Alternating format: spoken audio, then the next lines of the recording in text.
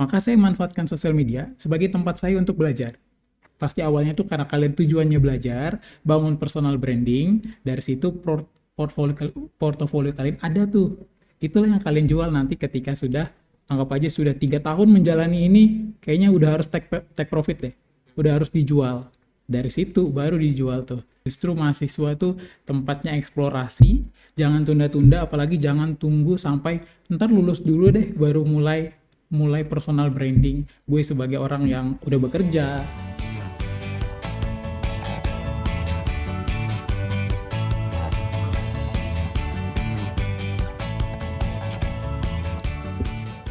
Halo semuanya, selamat datang di Your Podcast, tempatnya ngobrol santai bareng saya Ali Nur Fareza dan juga ada teman saya Ali Dani.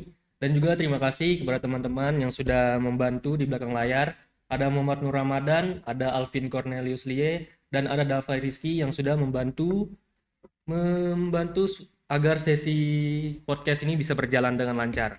Nah, kali ini kita juga akan membahas topik yang super menarik dan relevan banget nih buat anak muda zaman sekarang, yaitu personal branding mahasiswa di era digital. Nah, bener banget tuh, Ja. Soalnya kan di zaman sekarang kan serba digital ya. Terus bukan skill akademik aja yang penting gitu kan. Kita juga mesti bisa nampilin gitu diri kita secara positif gitu, baik di dunia maya maupun di dunia nyata. Buat ngobrolin topik ini lebih dalam, kita juga sudah kedatangan narasumber keren. Beliau adalah dosen teknik informatika yang juga menjabat sebagai kepala humas di kampus Timik Widya Cipta Dharma, yaitu Bapak Ahmad Fahrijal Pukeng, Eskom MT. Selamat datang Pak Bukeng. Selamat datang teman-teman semua. Gimana kabarnya Pak hari ini Pak? Alhamdulillah baik, teman-teman sehat. Dan teman-teman bagaimana? Alhamdulillah Pak. sehat, Pak. Sehat ya? Baik-baik. Oke. Kita langsung aja ya Pak. Boleh. Biar pendengar kita makin kenal dengan Bapak, bisa ceritakan sedikit nggak Pak tentang latar belakang Bapak? Oke, background ini ya, saya ya. Oke, kenalin dulu, nama saya Ahmad Fahrijal Pukeng, teman-teman. Dan saya itu familiarnya dipanggilnya Pukeng. Ya, kalau umumnya orang-orang manggil Pukeng tuh kalau cuman sekali, biasanya pasti tanya, ah gitu. Dengar nama saya itu nggak familiar, jadi harus diulang 2 kali. Kadang saya ejak. Jadi teman-teman boleh panggil saya Pukeng, dan saya dosen di program studi Teknik Informatika STIMIK Wicida, dan saya lulusan S1 saya di Wicida, saya angkatan 2016 masuk, lulus di tahun 2020. Kemudian saya lanjut studi S2 di ITB, itu tahun 2021, lulus 2023. Gitu sih. Kalau prodi lingkupnya masih komputer. S1 saya informatika, S2 saya di teknologi informasi. Tadi kan padat banget berarti Pak ya. Kalau dari kegiatan gitu segala macam betul. Betul. Saya juga sekarang sibukan gitu ya. Sibukan saya selain ngedosen, saya juga terlibat sebagai pejabat struktural di STIMIK Wicida sebagai kepala humas dan kerjasama. Dan tupoksi atau bidang pekerjaannya cukup banyak menghandle terkait kehumasan dan kerjasama antar kampus. Menarik juga sih Pak ya, karena latar belakang itu Bapak itu sebenarnya di dunia teknologi ya Pak. Nah, tapi terjun juga di dalam bidang komunikasi itu Pak. Apa sih yang memotivasi Bapak buat ngambil peran itu Pak? Oke, baik. Jadi sebenarnya kenapa saya motivasi gitu ya mau ngambil peran sebagai humas gitu ya. Jadi berjalannya sebenarnya ini saya story sedikit, cerita sedikit ke teman-teman bahwa sebelum saya akhirnya jadi humas, saya memang sebelumnya terlibat di sebagai aktivitasnya lebih ke banyak pembelajar teknologi. Jadi saya nguliknya tentang teknologi. Jauh banget sama aktivitas yang dibilang tampil di depan media, terus bekerja sebagai orang di bagian agensi gitu ya. Kita sebagai agensi itu bikin konten, kemudian dipublish, kemudian ada sedikit tentang copywriting. Jurnalis lah kalau biasanya dikenalnya kayak gitu. Dan pengalaman dulu sebelum akhirnya terjun ke sini, saya memang dulu terlibatnya sama dulu saya punya pimpinan di sini gitu ya. Beliau yang ngajak saya untuk gabung di Wicida. Dan dari sini diajak inilah saya akhirnya mau untuk masuk di bidang humas ini. Sebenarnya kalau dibilang baru, jujur ini baru, maksudnya baru tuh pengalaman saya sebelum akhirnya terjun di humas ini sangat berbanding terbalik aja. Saya nguliknya teknologi, kemudian akhirnya belajar lagi. Cuman ya di situ poin pentingnya, saya mau ngulik sih. Jadi kalau ditanya ini hal baru, tapi ngulik itulah yang buat saya belajar sampai hari ini saya di posisi ini sih teman-teman. Ya.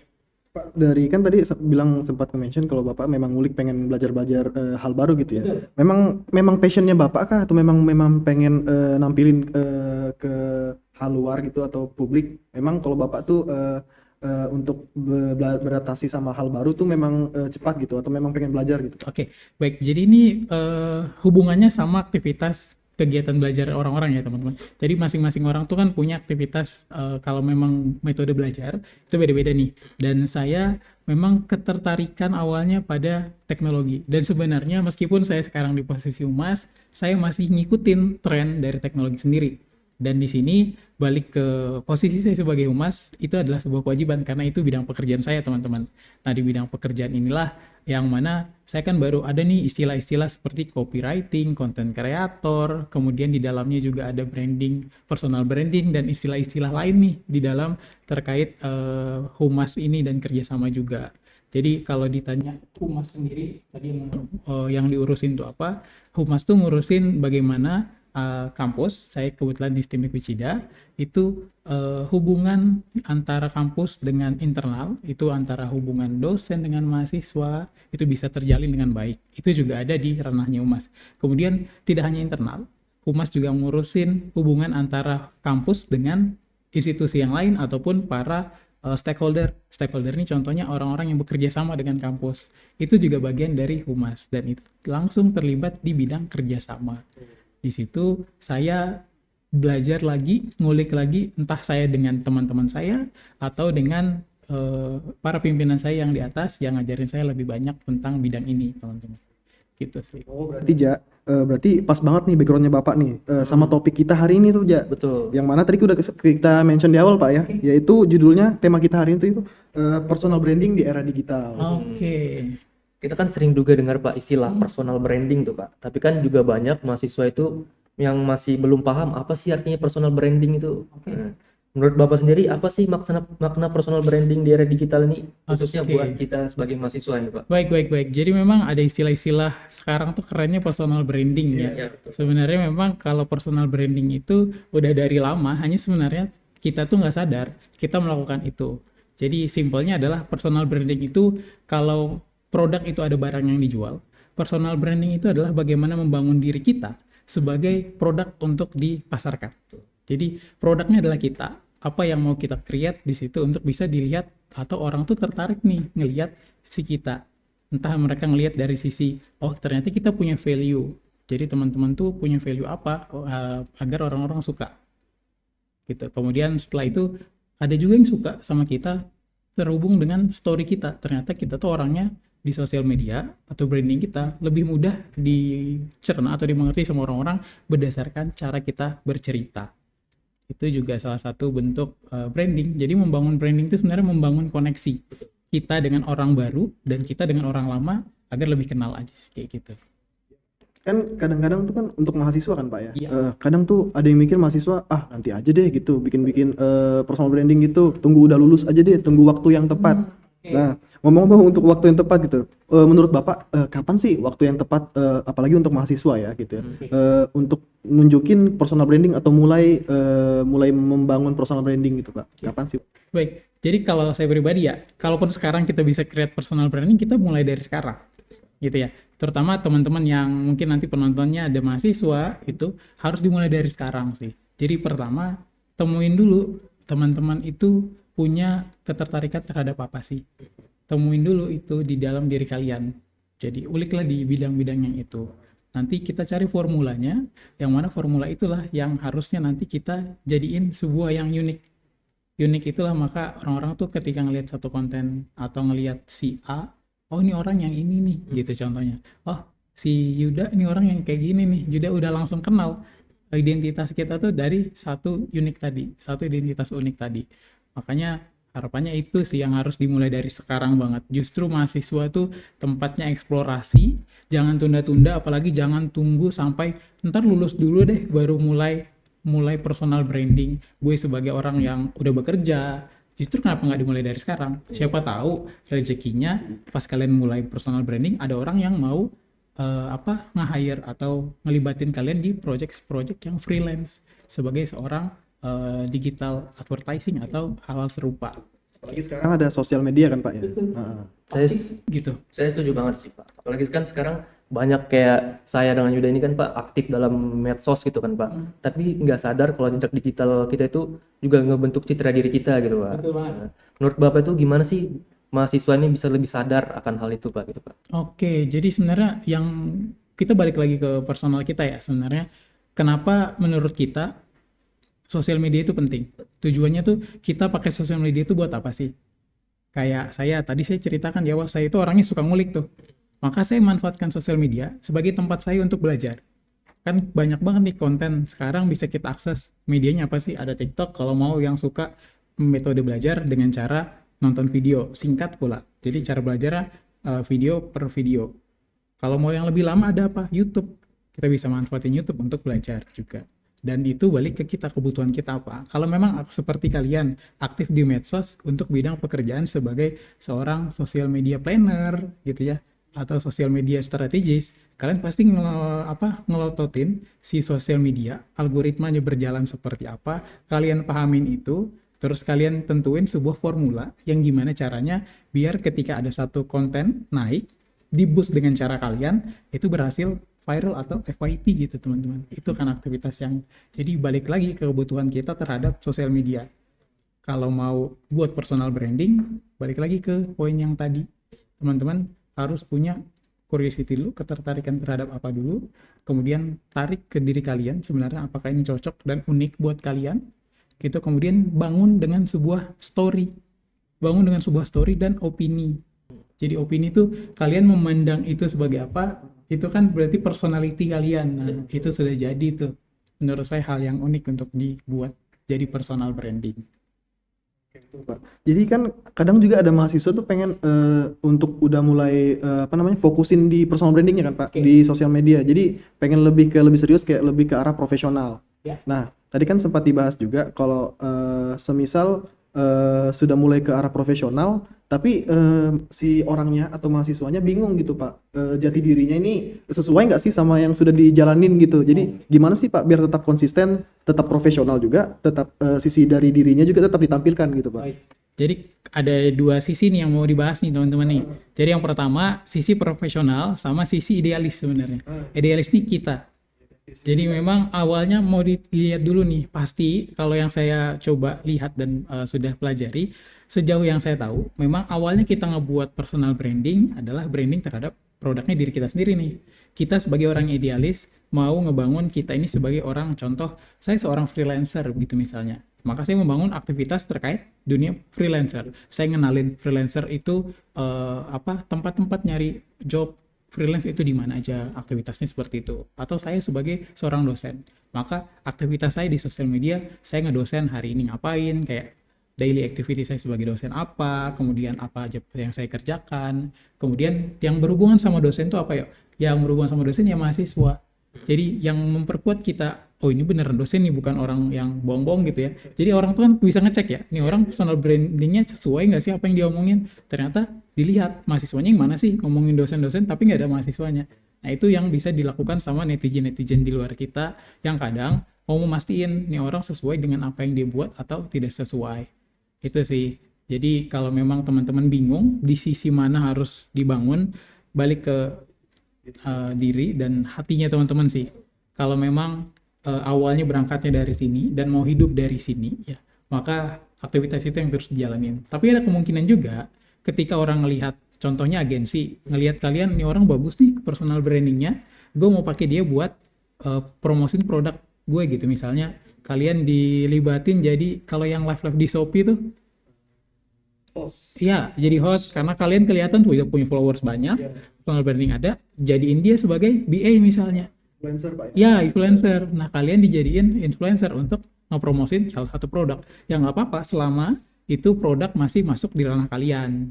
Kalian masih cocok dengan produk itu. Jangan sampai ada produk yang kalian nggak cocok tapi diterima karena butuh uang. Ada juga sih yang begitu. Tapi tergantung. Semua tergantung situasi dan kondisi ketika tawaran itu muncul. Jadi balik ke kalian, mau diambil atau tidak, mau tetap idealis pada jalan kalian sendiri atau tetap ngikutin maunya industri seperti apa. Kayak gitu sih. Jadi misalkan kalau kita hubungkan gini Pak sama dunia kerja IT atau jaringan. Oke. Seperti apa sih personal branding itu yang menarik buat perusahaan atau instansinya gitu Pak? Oke. Jadi sebenarnya kita bakal balik dan kita tarik ke lingkungan kampus kita nih. Iya. Di kampus kita ini kan ada 3 prodi.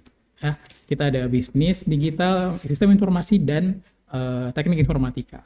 Kalau teman-teman mahasiswa mau fokus di bidangnya tapi tetap sambil menunjukkan personal brandingnya gitu ya sebagai seorang mahasiswa teknik informatika gitu ya atau mahasiswa sistem informasi maupun bisnis digital, teman-teman boleh banget menonjolkan kesukaan teman-teman terhadap satu mata kuliah aja dulu, satu mata kuliah atau satu aktivitas yang nggak lepas dari lingkup teman-teman. Misalnya teman-teman teknik informatika suka banget sama ngulik tentang komputer. Nah, komputer kan luas banget nih. Coba diperdalam lagi. Apa sih yang lebih suka diulik? Ternyata lebih suka main game. Ya udah, dunia game itu yang diulik. Kalau memang kalian lebih suka mainnya dibanding ngebuatnya, silakan aktif dengan cara membuat game. Atau aktif main game. Tampilin hal-hal positif dari main game tuh nggak cuma sebatas ngabisin waktu. Coba terus ternyata main game bisa dapat duit loh. Nah itu tuh sesuatu yang influence untuk orang-orang yang nggak tahu. Karena pada umumnya orang-orang taunya main game kayaknya cuma hiburan dan habisin waktu. Nah, jadi kalian bisa ambil sisi positifnya nunjukin di situ. Kemudian yang di sistem informasi misalnya.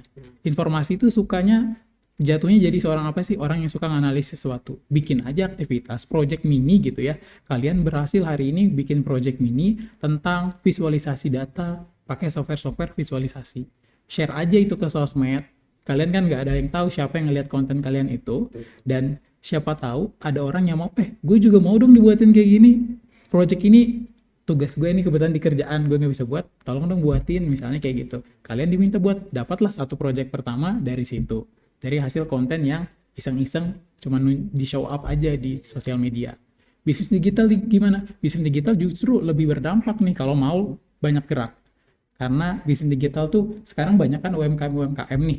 UMKM ini tuh ada yang belum punya, entah dia belum punya titik lokasi, belum punya sosial media, belum punya produk yang dipromosiin. Kalian sebagai seorang bisnis digital bisa banget masuk di ranah atau lini yang itu sebagai anak-anak yang mau tanpa harus dibayar ya. Pasti awalnya tuh karena kalian tujuannya belajar, bangun personal branding, dari situ portofolio kalian ada tuh. Itulah yang kalian jual nanti ketika sudah, anggap aja sudah 3 tahun menjalani ini, kayaknya udah harus take profit deh, udah harus dijual. Dari situ baru dijual tuh hasil portfolio kalian. Jadi secara nggak langsung kan memang tadi kan udah bahas IT kan Pak. Memang secara nggak langsung kita tuh dari mahasiswanya bisa ningkatin citra diri gitu. Dan juga secara nggak langsung juga karena IT kampusnya juga bisa mendapat citra yang baik gitu kan Pak ya. Pasti banget. Mahasiswa yang aktif, perlu diketahui ya teman-teman. Mahasiswa yang aktif itu otomatis nggak berdampak cuman ke dirinya dia sendiri.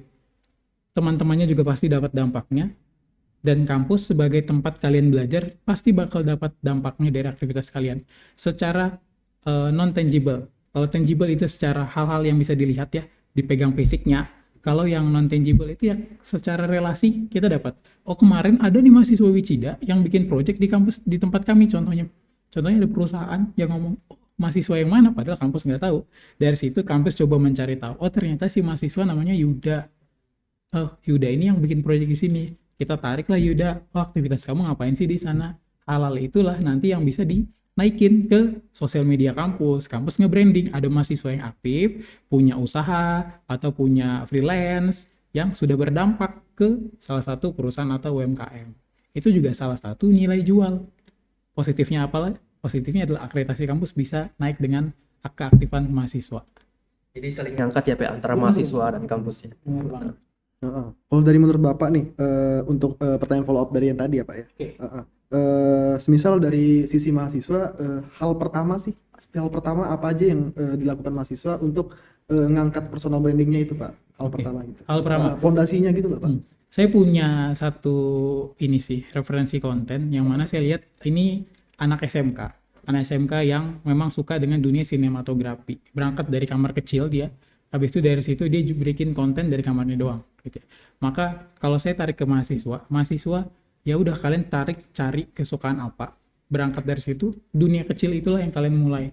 Kalian mulai dari main game, suka game, ya udah bikin aja stream sama teman-teman kalian, main game, di videoin terus di-upload. Terus pelan-pelan dengan konsistensi kalian bakal nemuin kayaknya harus dikembangin ke arah ini deh. Nah, itu tuh kalian yang nemuin sendiri. Polanya seperti apa, kalian yang bakal nemuin. Kalau punya kesukaan terhadap hal-hal yang seperti ngevlog di luar dari aktivitas kalian, juga boleh banget. Di Samarinda atau di area tempat kalian tinggal gitu ya. Kalian kan ada tuh tempat-tempat yang mungkin rame, tapi nggak banyak orang yang tahu. Kalian mau ngangkat itu sebagai tempat atau konten pertama kalian. Ya udah mulai dulu aja. Mulai dulu untuk tag tempat itu sebagai tempat kalian, sebagai personal branding kalian sebagai seorang yang suka ngevlog, atau mau disebut sebagai mahasiswa IT banget, ya udah bikin aja daily activity as an informatics student gitu misalnya.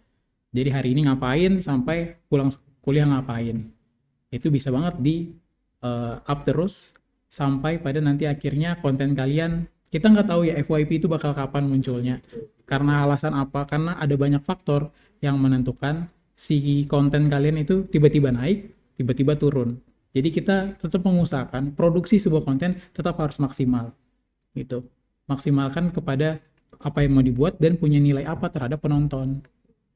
Gitu sih teman-teman. Kalau dari pengalaman Bapak sendiri ya, adakah Pak contoh mahasiswa yang berhasil menciptakan personal branding kuat hingga berpengaruh terhadap karir atau organisasi kampus kita ini Pak? Oke, mahasiswa. Kalau ngomongin dihubungkan sama kampus, sejauh ini sih memang ada tapi nggak banyak. Ada banyak. Ada tapi nggak banyak. Jadi gini, mahasiswa ini memang dia suka sama aktivitasnya sebagai seorang influencer. Maksudnya influencer, dia menginfluence orang terhadap berbagai hal. Nah, dia kebetulan mahasiswa kita, dan dia ini suka banget sama hal-hal yang terkait olahraga. Iya, dia suka influence tentang hal-hal olahraga. Nah, olahraga ini kan banyak banget nih kalau dilihat fenomena sekarang. Iya, olahraganya dia kebetulan dia suka badminton, dia suka sama olahraga yang lain seperti volley.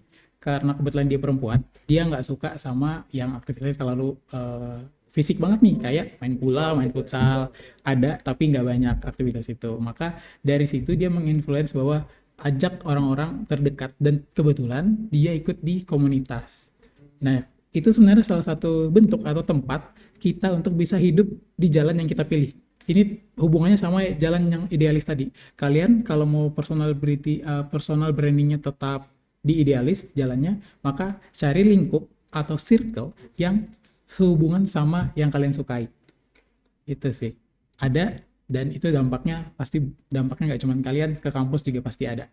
Kalau menurut Bapak, kan tadi sempat mention beberapa mahasiswa yang udah mulai membangun ya. Ada beberapa contoh juga tadi kan. Terus kalau menurut Bapak nih, kesalahan apa sih yang sering banget dilakuin? Padahal mungkin mahasiswanya juga mungkin nggak sadar kalau itu sebuah kesalahan gitu. Kesalahan mungkin simple gitu, yang mungkin dilakukan sama mahasiswa tersebut dalam membangun personal branding, Pak. Oke, jadi personal branding itu kan hal-hal yang sangat dekat dengan kehidupan kita ya. Otomatis ketika kita melakukan itu, kita merasa ini fine-fine aja gitu. Sebenarnya kesalahan itu muncul kalau kita sudah punya standar.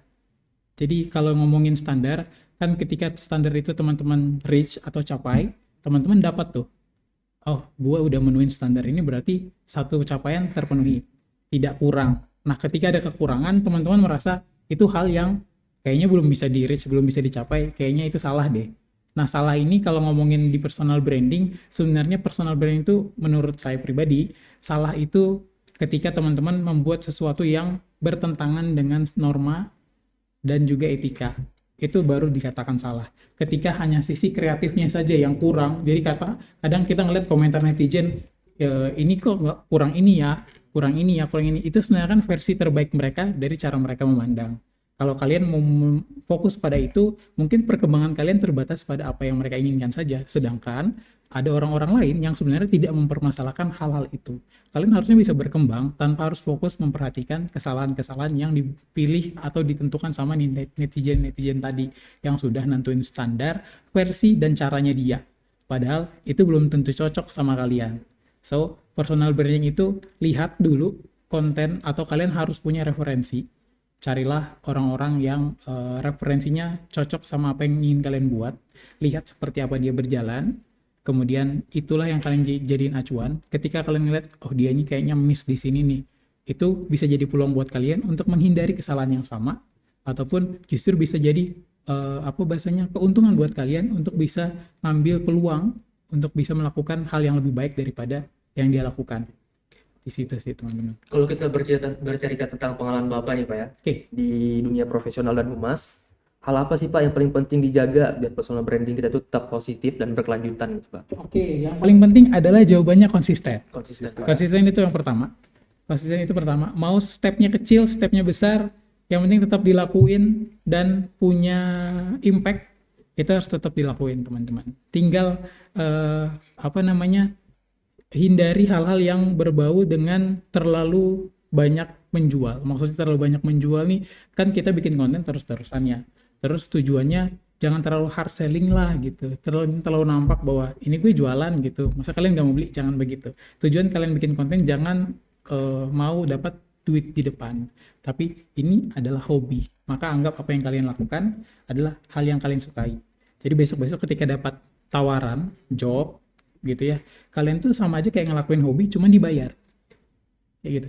Jadi mindsetnya adalah ketika ngelakuin hobi dibayar, untung banget dong. Iya, betul. Dan untung-untungnya paling besar adalah ternyata hobi ini berlanjut, pekerjaan tawaran itu makin banyak, kalian bisa hidup dari hobi kalian sebenarnya. Apalagi hobi itu yang kita minati gitu Pak. Yes, benar banget. Berangkat dari passion Pak Iya, ya. passion sih istilahnya teman-teman. Nah, terakhir nih Pak. Oke. Pesan Bapak untuk mahasiswa agar lebih bijak dan strategis dalam membangun personal branding. Kira-kira seperti apa, Pak? Oke, lebih bijak dan strategis Iya. dalam bangun personal branding. Oke, ini ada kaitannya sama statement yang sebelumnya. Itu terkait, jadi kita sebagai orang pembelajar atau pembelajar ini pastikan melakukan yang namanya eksplorasi. Yang namanya melakukan eksplorasi, ada kalanya kita ini di posisi belum maksimal. Belum maksimal bukan berarti salah, teman-teman. Belum maksimal bukan berarti teman-teman jalannya salah. Dan disitulah sebenarnya tempatnya teman-teman melakukan eksplorasi sebesar-besarnya. Maksudnya ketika ada teman-teman yang punya catatan atau komentar kritis terhadap kalian, jangan terlalu, ini loh kayak anak-anak sekarang tuh baper ya. Jangan terlalu baper, bawa perasaan gitu ya, untuk kayaknya gue nggak bisa bikin konten deh. Soalnya orang-orang ngejudge-nya parah banget gitu ya. Harusnya nggak usah terlalu begitu. Kalian bisa, yang tadi saya bilang, kaitannya adalah dengan referensi kalian. Carilah orang yang jadi role model untuk bisa kalian ikutin. Dia pasti memulainya juga pasti dengan step yang sebenarnya tidak mudah, tapi itu nggak kelihatan aja. Gitu. Itu nggak kelihatan aja di aktivitas sosial media. Kan makin kesini sebenarnya kita makin banyak ngelihat yang seliweran di konten kita tuh hal-hal yang menarik untuk dilihat, nyaman dipandang di mata, padahal di balik itu sebenarnya ada hal-hal yang mungkin itu cukup sulit untuk dilakukan, cukup sulit untuk diraih, tapi nggak akan dipost. Tujuannya apa? Karena biar orang-orang mau ngelihat kalian happy-happy aja, senang-senang aja di situ. Sebenarnya ada aktivitas yang pasti setiap proses itu dilakukan, dan itu pasti mulainya tidak mudah, teman-teman. Maka kalau buat kalian semua untuk yang baru mulai di dunia personal branding, tentuin dulu kalian suka dengan dunia apa, jadiin itu hobi, kemudian cari referensi agar punya role model yang sesuai, biar kalau ngebikin personal branding tuh nggak sembarangan, dan ketika dijudge orang pun kalian juga sudah punya alasan yang cukup tangguh, karena si role model ini aja ngebikin personal brandingnya seperti itu, kalian ikutin dan dia sekarang berhasil, kalian hanya belum sampai ke fase dia aja. Tinggal kalian pelan-pelan step by step melangkah, dan saya rasa setelah itu find it jadi unik ke diri kalian sendiri sih. Be unik aja sih teman-teman. Ya berasa banget ya sudah di ujung. Betul, ya. Udah banyak banget yang ilmu kita dapatkan dari Bapak ya. Betul. Sebelum kita tutup nih Pak ya, Oke. boleh dong kasih satu pesan singkat buat mahasiswa supaya bisa lebih bijak dan strategis dalam membangun citra diri mereka Pak. Oke tuh.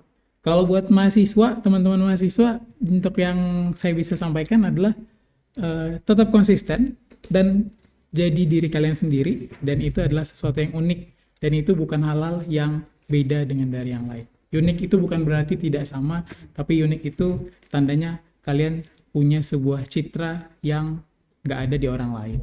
Kalian unik lah gitu. Catat ya. Jadi kita banyak banget nih dapat ilmu hari ini. Jadi karena kita udah di penghujung acara juga, terima kasih banyak banget buat Pak Pukeng udah meluangkan waktu kita hari ini. Banyak banget ilmu yang bisa kita dapat ya. Semoga buat teman-teman yang nonton juga bisa jadi bermanfaat. Semoga apa yang kita bisa dapati hari ini bisa kita pakai lagi di masa depan gitu. Oke. Dan buat teman-teman juga ingat personal branding itu bukan soal pencitraan, tapi soal mengenal diri dan menunjukkan nilai positif dari diri kamu sendiri gitu. Oke teman-teman, sampai jumpa di episode selanjutnya. Jangan lupa saksikan podcast Yui. Wassalamualaikum Warahmatullahi wabarakatuh.